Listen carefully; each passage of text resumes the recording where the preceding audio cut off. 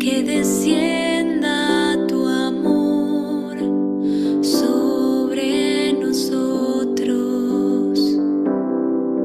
Señor, que descienda tu amor sobre nosotros.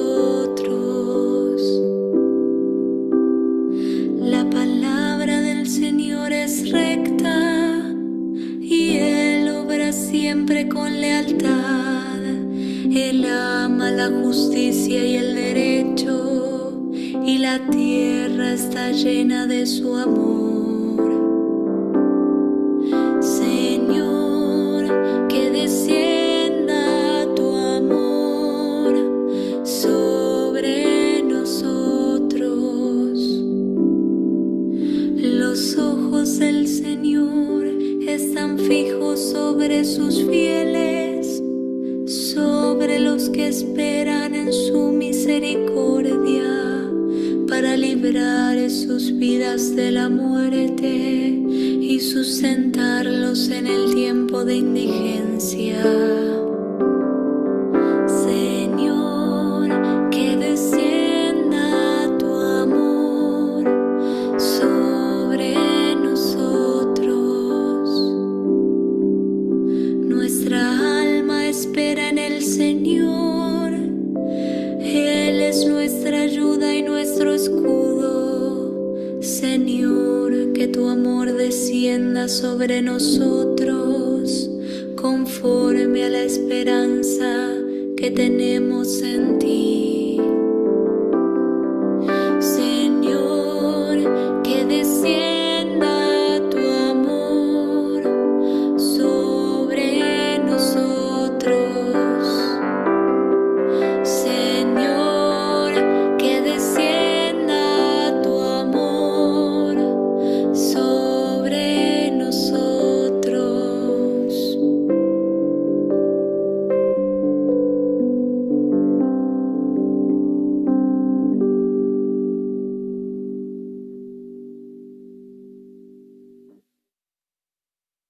Hola, buenas noches. Hoy día lunes 20 de noviembre del año 2023 tenemos la gracia de volvernos a encontrar en nuestro espacio de Biblia, nuestro espacio cibernético, y continuamos con el estudio sobre Pablo, apóstol de Cristo, la vida y obra de este maravilloso apóstol que nos sorprende cada día más. Y agradezco tu presencia, sobre todo porque sé que algunos, pues, por el puente tuvieron hasta duda si nos reuniríamos o no. Así que doblemente agradezco tu presencia. Y fíjate que vamos a comenzar como todas nuestras sesiones, dándole gloria a Dios nuestro Padre, diciendo en nombre del Padre y del Hijo y del Espíritu Santo. Amén. Padre nuestro que estás en el cielo, santificado sea tu nombre. Venga a nosotros tu reino. Hágase tu voluntad en la tierra como en el cielo. Danos hoy nuestro pan de cada día. Perdona nuestras ofensas como también nosotros perdonamos a los que nos ofenden. No nos dejes caer en la tentación y líbranos del mal. Amén. Gloria al Padre, al Hijo y al Espíritu Santo, como era en el principio, ahora y siempre, por los siglos de los siglos. Amén. Vamos a invocar la presencia del Espíritu Santo diciendo: oh Espíritu Santo, don de Dios y fuerza de lo alto, fuente de agua brotante de vida eterna, desciende y mora en nuestros corazones. Haznos verdaderos adoradores del Padre. Condúcenos a la plenitud de la verdad y transfórmanos en testigos de Jesús para llevar su nombre hasta los confines de la tierra. Amén. Bueno, pues le pedimos misericordia a Jesús y a su Espíritu Santo para que nos acompañen esta noche como todas las clases que tenemos, para que nos ilumine y para que nos abra nuestro oído, nuestro corazón, nuestra mente, para poder captar la palabra del Padre, la palabra de Jesús, la palabra de la plenitud y que pueda hacer eco en nosotros y que seamos digno ejemplo de la misma. Si te fijaste, te volví a poner el mismo salmo que la semana pasada, y es que es un bello salmo que glorifica a Dios, a Yahvé Dios, por los tiempos en que fue escrito, en una forma sublime, en una forma muy peculiar. Fíjate que te quería dar otro dato referente a este salmo. Este salmo está soportado, pudiéramos decir, por, por otros salmos más en su contenido, pero hay una, una influencia muy grande en él sobre el libro de Job. Y el libro de Job, por si tú no lo sabes, forma parte de los 5 libros sapienciales de la Biblia. El libro de Job, junto con el eclesiástico, el eclesiastés, el de la sabiduría y proverbios, forman los 5 libros que nos hablan de esa sabiduría que en el nivel más excelso, en el nivel más grande, únicamente la puede tener Dios nuestro Padre y también Jesús. Entonces, es un salmo bellísimo. Y pues a través de esa invocación que hacemos del mismo esta noche, le pedimos a Jesús, nuestro Mesías y Señor, nuestro Rabí, nuestro hermano mayor, que nos envíe Espíritu Santo, que Dios Padre nos tenga misericordia y envíe por la intercesión de nuestro Mesías Jesús de Nazaret y por la fuerza del Espíritu Santo a todos nosotros, sus hijos en este mundo, esa sabiduría necesaria para que podamos encontrar la paz y que podamos brindarla a todos nuestros prójimos, a todos nuestros seres que nos rodean y con los que tenemos contacto día con día, a nuestro nivel personal, a nivel colonia, a nivel familia, a nivel ciudad, a nivel país, a nivel mundo, que todos sepamos encontrar, buscar esa paz de Dios, que podamos vivirla y que podamos transmitirla. Necesitamos mucho tener esa paz. Bueno, pues confiados en su misericordia y con la esperanza siempre puesta en la Santísima Trinidad, empecemos nuestra clase de hoy.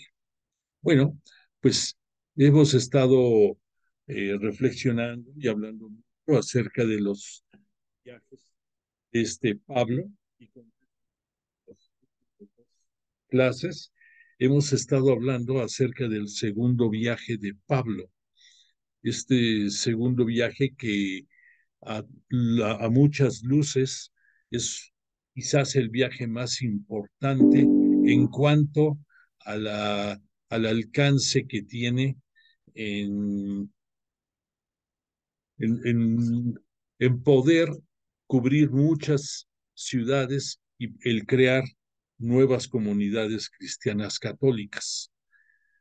Entonces, vamos a hacer un pequeño resumen de lo que hemos visto en forma breve en este segundo viaje para poder tener el soporte y continuar adelante.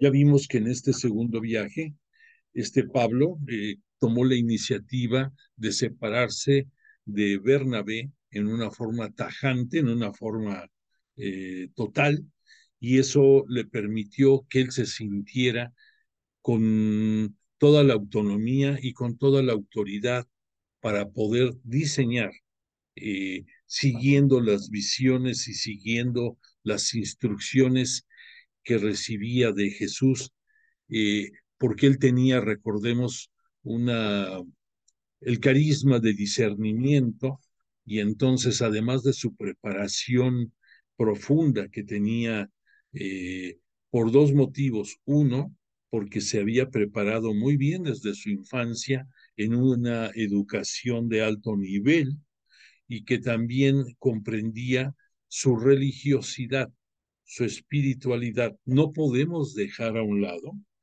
que Pablo, así como fue un judío eh, de filiación, de simpatía farisea, por lo mismo era bastante tajante en cuanto a sus creencias y en cuanto a la forma de ver a los demás con relación al judaísmo. Por esa razón, él persiguió a los judíos que estaban abandonando su adhesión al judaísmo y se empezaban a simpatizar con la religión cristiana, con la religión, no se diga con la religión cristiana católica. A esos es a los que perseguía y llevaba eh, ante las autoridades religiosas judías. Pudiéramos decir, identifiquemos el pecado, pudiéramos decir, por el cual los perseguía era por apostasía. La apostasía es cuando tú, en una manera consciente, en una manera pues autónoma, dejas tus creencias, llámese la religión que sea, y entonces te consideras un apóstata. Entonces este Pablo, dentro del celo que tenía por su religiosidad, eso hizo que persiguiera a estos judíos que se estaban convirtiendo en apóstatas. Pero con la misma pasión, Jesús de Nazaret, el Señor, cuando se le apareció en camino a Damasco, cuando fue su conversión, fue un acto sublime, un acto único, yo diría, posiblemente en la historia que conocemos dentro del cristianismo, de la forma en que lo convirtió Jesús al cristianismo católico, por supuesto, a este Pablo, porque sin que mediara, hasta tiempo después, hasta 7 años después, que él tuvo oportunidad de entrevistarse con Pedro, con Santiago, de conocer a Bernabé, de empezar a tener conocimiento en forma directa acerca de la vida y obra de Jesús, de su querigma y de la proyección de la Iglesia Cristiana Católica naciente, todo lo demás que él eh, poseía de conocimientos acerca de nuestra religión era porque Jesús le quiso comunicar y convertir en una manera sin igual a Pablo y porque lo llenó de Espíritu Santo. Por esa razón, este Pablo, mucho de la planificación de su obra, de sus viajes, de su catequesis, siempre fue inspirada en el Espíritu Santo. Por esa razón, él alcanza a decir muchas veces que el plan para su viaje fue dictado por el Espíritu Santo y en momentos cambiado.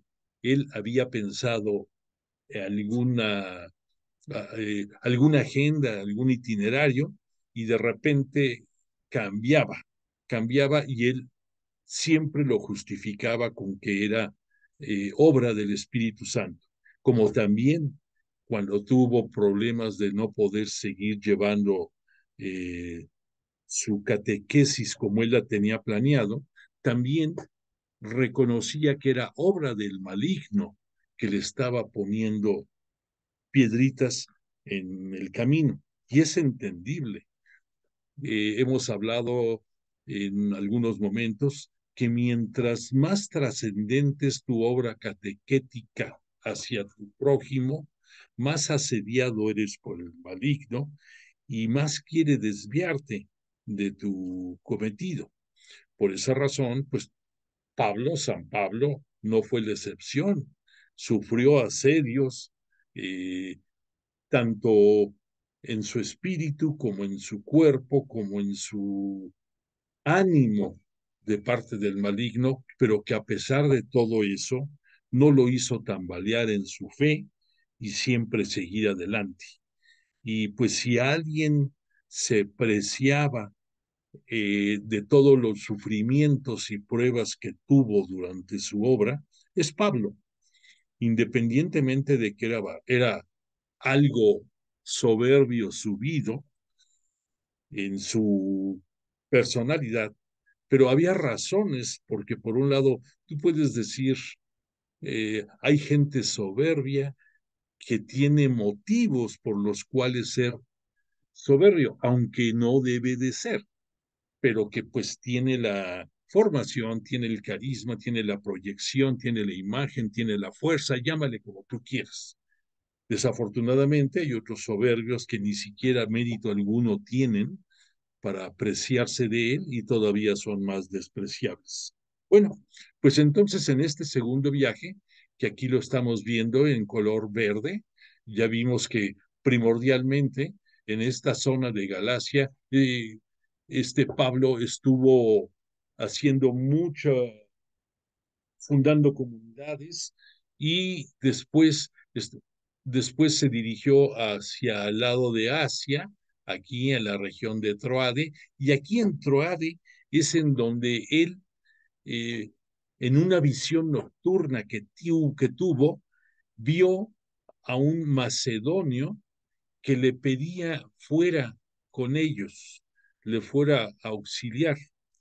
Pablo no tenía en su agenda que así fuera el curso de este segundo viaje, pero por ese carisma de discernimiento no lo piensa dos veces y se dirige hacia la región de Macedonia, que era otra de las principales, junto con Galacia, que estaba en la zona asiática, pero ya Macedonia pertenecía a la zona europea eh, del Imperio Romano. La capital de Macedonia es Tesalónica, pero hay ciudades muy importantes ahí que va a tocar este Pablo en esta zona. Bueno, aquí de Troade va a tomar por vía marítima para llegar hacia el, aquí al puerto de Neápolis. Neápolis queda bastante cerca de la ciudad de Filipos. Y Filipos es una ciudad, sí, es una ciudad que mucho favoreció para la expansión de la comunidad cristiana católica, al igual que Galacia y al igual de que Tesalónica, por una condición muy importante. En todas partes había judíos de tipo helenista, recordemos que son los que viviendo en la diáspora, influenciados por la cultura griega, pues habitaban en toda esa zona. Pero la ventaja que tiene para Pablo en su misión es que estas provincias, estas cabezas como Galacia, como Filipos, como Tesalónica, eran ciudades que eran copia, pudiéramos decir, al carbón de cómo se manejaba el imperio en Roma. No tenía tanto el arraigo de el tipo de comunidades judaizantes y entonces se encontraban en muchos lugares gente venida del paganismo, gente venida de la idolatría y por supuesto gente venida de toda la influencia griega en cuanto a idolatría. Pero eso manejado en una forma muy inteligente por Pablo va a ser oportunidad y por lo tanto va a poder crecer la semilla en en toda la comarca en atención a la aceptación que hubo un poco más en esta zona de parte de los gentiles. Pero recordemos un poquito, recordemos que En Filipos, aquí, recordemos que tiene la primicia de que es el primer lugar, el primer sitio correspondiente al terreno europeo en donde es cristianizada la primer mujer. Y esta mujer, recordemos que es Lidia, y además de Lidia, toda su familia, recordemos que Lidia es una rica comerciante en púrpura, en esa valiosa y costosa eh, colorante, para decirlo correctamente, digno de reyes y de sacerdotes. Por lo tanto, era un preciado artículo porque tenía un valor muy alto. La púrpura, recordemos, la segrega un, este, un crustáceo, una especie marina que está en profundidades medias, por lo tanto, por eso es bastante costoso el obtenerla. Bueno, entonces allí en Filipos esta Lidia va a ser la primera bautizada dentro de la gentilidad y se va a convertir desde ese momento en un bastión de apoyo para este Pablo allí en Filipos, tanto en lo moral como en lo económico. De la única comunidad que este Pablo, en el desempeño de su actividad misionera, va a aceptar eh, dádivas, va a aceptar dinero, es de la comunidad de Filipos. Recordemos que dos cosas, Pablo había aprendido el oficio de reparador de velas y de reparador o manufactura de casas de campaña, que estos eran muy socorridos en esa zona por toda la actividad económica que había y que siempre, con la intención de no ser carga para nadie, pues por un lado trabajaba cuando se podía, por otra parte se limitaba, pero no aceptaba vivir de la caridad, pudiéramos decir, de la gente que le rodeaba.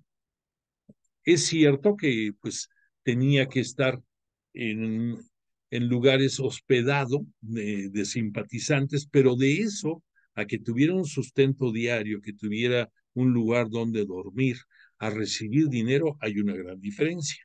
Y entonces solamente de la comunidad de Filipos va a recibir en varios momentos de su carrera catequética apoyos económicos. Bueno, entonces, eh, ahí pues ya es el punto sobresaliente de Filipos y después de ahí se va a dirigir a la región de Tesalónica y allí en Tesalónica, bueno, como un detalle adicional, recordemos que allí en Filipos fue donde le hizo un exorcismo a una esclava que se dedicaba para beneficio de sus amos a estar adivinando el futuro, a estar una pitonisa, dijimos, que pronunciaba oráculos, y este Pablo la desenmascara y por lo tanto eh, a sus a sus amos explotadores, sí, a sus explotadores no les cayó nada en gracia, le buscan problemas a este Pablo, lo llevan ante las autoridades locales de la comunidad y ahí eh, pues no le pueden hacer más daño, pero sí influye en que por esta acción le dan prisión a él y a Silas, que era su lugarteniente, su segundo de a bordo de este Pablo, y están presos en una cárcel allí en, en este lugar, en Filipos todavía, perdón. Y ahí vemos que no solamente por una acción divina hay un temblor en el cual se abren las puertas de la cárcel, ellos, los cepos que tenían eh, sujetándoles los pies, se abren. Ellos, si hubieran querido, hubieran podido abandonar la cárcel sin ningún problema, mas sin embargo, este Pablo eh, no lo hace, no lo hacen ellos ni nadie de los que están ahí en la cárcel, y les llamó mucho la atención a todos los que estaban ahí encerrados, así como al carcelero, que se pasaban cantando himnos de alabanza a Yahvé Dios, en este caso ya a Jesús, porque ya Pablo, pues al que está enseñando es a Jesús. No deja de hablarnos de Dios Padre, pero primordialmente de Jesús. Y fíjate que te quiero recalcar, es muy importante que tú te grabes bien en tu conocimiento que uno de los méritos más grandes de Pablo desde el punto de vista de la religión es que es el primer promotor del Espíritu Santo y de reconocer la Santísima Trinidad y de presentarla a las comunidades cristianas católicas. Va a ser, como pudiéramos decir en las obras musicales, no sé si algún día has oído un adjetivo que dicen en crescendo, o sea, que va subiendo.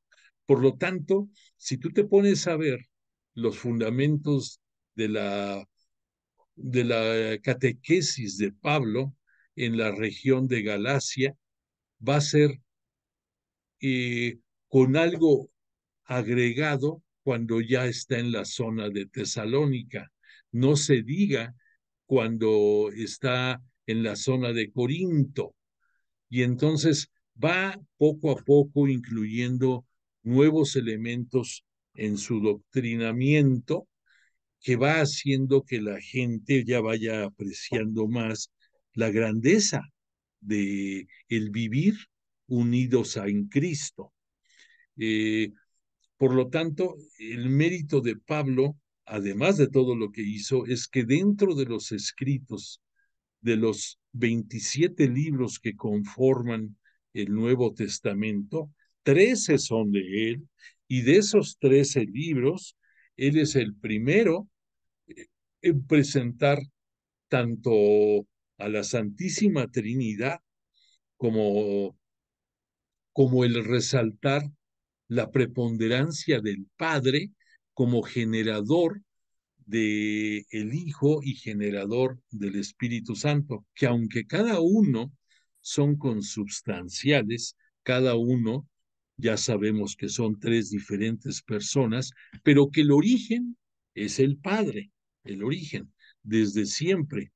Y entonces este Pablo, fíjate hasta dónde llegó la fuerza de la conversión obrada en Cristo en él, que la, sin tener la experiencia de haber convivido con Jesús de Nazaret, sabía muchísimo acerca de la vida y obra de Jesús y sobre todo sabía mucho de los fundamentos cristológicos y teológicos de nuestra fe. Entonces, por eso yo te recalco mucho que la conversión de Cristo obrada en Pablo es algo que apenas lo podemos imaginar. Punto número uno. Punto número dos, que la forma en que fue presentando estos futuros dogmas de nuestra Iglesia Cristiana Católica, que se dieron prácticamente 300 años después mínimo. Imagínate que Pablo presente algo que se va a volver dogma y se va a volver verdad infalible dentro de nuestra religión 300 años después, ¿no? Entonces, la manera en que él va enriqueciendo su catequesis e introduciendo elementos que nos van hablando de la preponderancia de Dios Padre, de la claridad de la Santísima Trinidad, es única.